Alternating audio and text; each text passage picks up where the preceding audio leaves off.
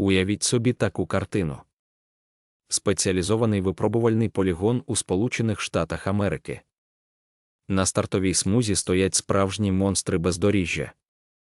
Знамениті американські джипи, розроблені для найжорсткіших умов, з потужними моторами та величезними колесами. І поруч із ними на дистанцію вигнали дивну, майже іграшкову машинку на колесах. Вона виглядає так, ніби її зібрали в звичайному гаражі за допомогою молотка, зварювального апарата та кількох листів простого металу. Західні інженери щиро посміхаються. Вони впевнені, що цей кумедний апарат застрягне у першій же глибокій калюжі. Але минає лише кілька хвилин, і ця дивна машина іграшкового вигляду легко проходить найскладнішу ділянку, де розхвалені американські легенди безпорадно буксують і сідають на днище. Цим крихітним всюдиходом був український позашляховик ЛуАЗ-969, створений у місті Луцьк. Як українським конструкторам в умовах жорсткого дефіциту ресурсів вдалося створити автомобіль, який здивував досвідчених фахівців компанії Jeep та змусив їх переглянути свої уявлення про позашляхову техніку. Щоб зрозуміти секрет цього феномена, треба повернутися всередину минулого століття. У ті часи Східна Європа жила в умовах суворої економії. Проте перед інженерами поставили чітке завдання створити легкий транспортер для військових потреб.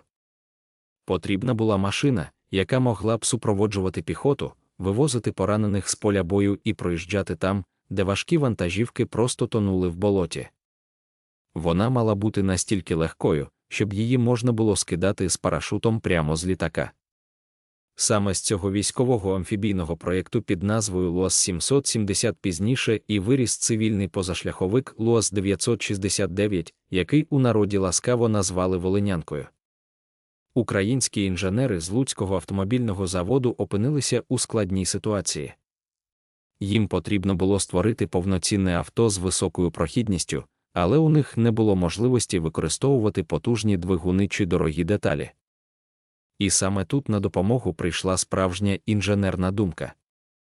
Конструктори вирішили піти шляхом, абсолютно протилежним тому, яким йшли американські винахідники. Американці робили свої джипи важкими, з потужними моторами та масивними рамами. Українці ж зробили ставку на мінімальну вагу, просту геометрію та унікальну трансмісію. Вага ЛуАЗа складала всього близько 900 кілограмів.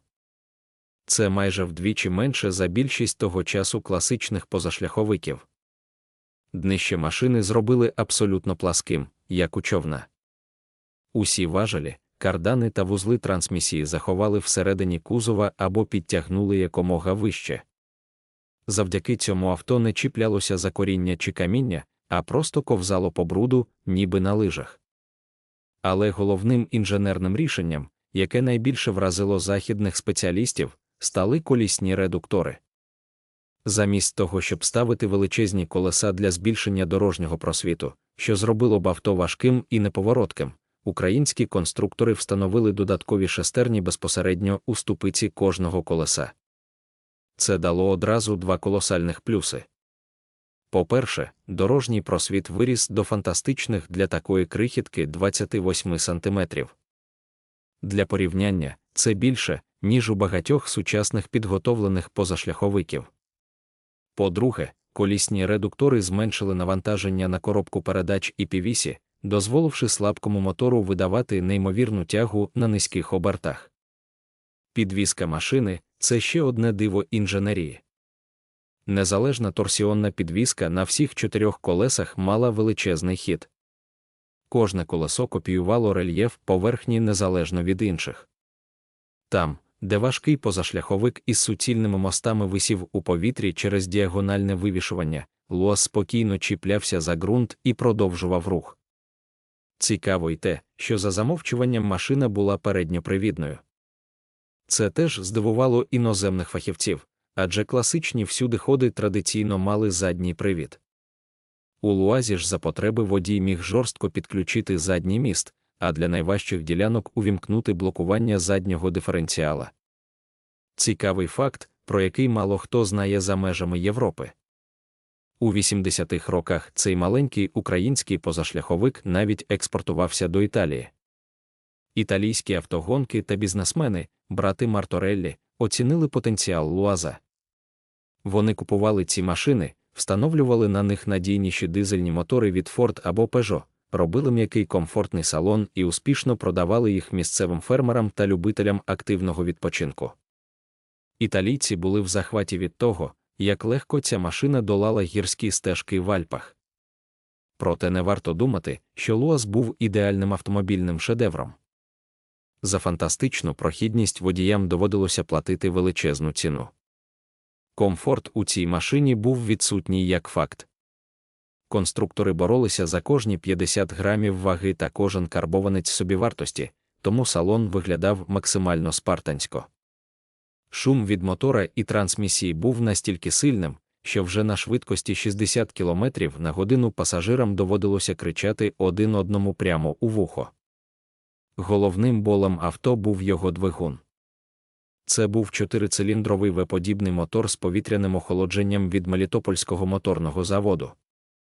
Він мав кумедну потужність у 40 кінських сил. Двигун постійно перегрівався влітку, особливо під час повільного руху по глибокому піску чи болоту. Водієві доводилося постійно стежити за датчиком температури, а в спеку робити часті зупинки. А що відбувалося всередині взимку, краще взагалі згадувати з обережністю. Оскільки двигун мав повітряне охолодження, використовувати його для обігріву салону було неможливо. Тому конструктори поставили автономну бензинову пічку. Це був справжній примхливий агрегат. Вона могла або не вмикатися взагалі, або заливати салон залишком чадного газу та бензиновим смородом. Безпека машини також була на нульовому рівні. Тонкий метал, тканинний брезентовий дах і повна відсутність зон деформації робили будь-яке серйозне зіткнення дуже небезпечним. Якщо сьогодні ви замислитеся про купівлю такого кумедного автомобіля для розваг, полювання чи поїздок на риболовлю, вам варто знати про типові проблеми цієї моделі. На що звертати увагу при виборі? Найперше, це стан колісних редукторів та сальників. Мастило з них витікає регулярно. Якщо попередній власник прогавив рівень масла і всередину потрапила вода чи пісок, редуктори швидко виходять з ладу, а знайти оригінальні запчастини з кожним роком стає все важче. Друга критична проблема – це корозія. Заводський захист кузова був мінімальним. Дніще, пороги, підлога салону та місця кріплення торсіонів гниють дуже швидко, якщо машина довго стояла у вологому гаражі чи в траві. Також варто обов'язково перевірити рульове управління. Люфт керма у Луаза часто буває величезним, і на швидкості машина вимагає постійного подрулювання. Сьогодні більшість автоентузіастів роблять цьому авто глибокий модернізаційний тюнінг. Замість примхливого рідного мотора ставлять надійні двигуни від «Жигулів» або навіть невеликі дизелі від Volkswagen. Замінюють гальма на дискові, встановлюють сучасне сидіння та якісний твердий дах. Українським інженерам у Луцьку вдалося створити справді унікальний автомобіль. В умовах тотального дефіциту ресурсів вони створили машинку, яка за прохідністю залишала далеко позаду набагато дорожчих і потужніших конкурентів. Це історія про те, як математичний розрахунок та нестандартне інженерне мислення перемогли вагу, потужність та дорогі технології. Луаз 969 залишається яскравим прикладом того, як можна створити легенду практично з нічого. До зустрічі у наступних відео.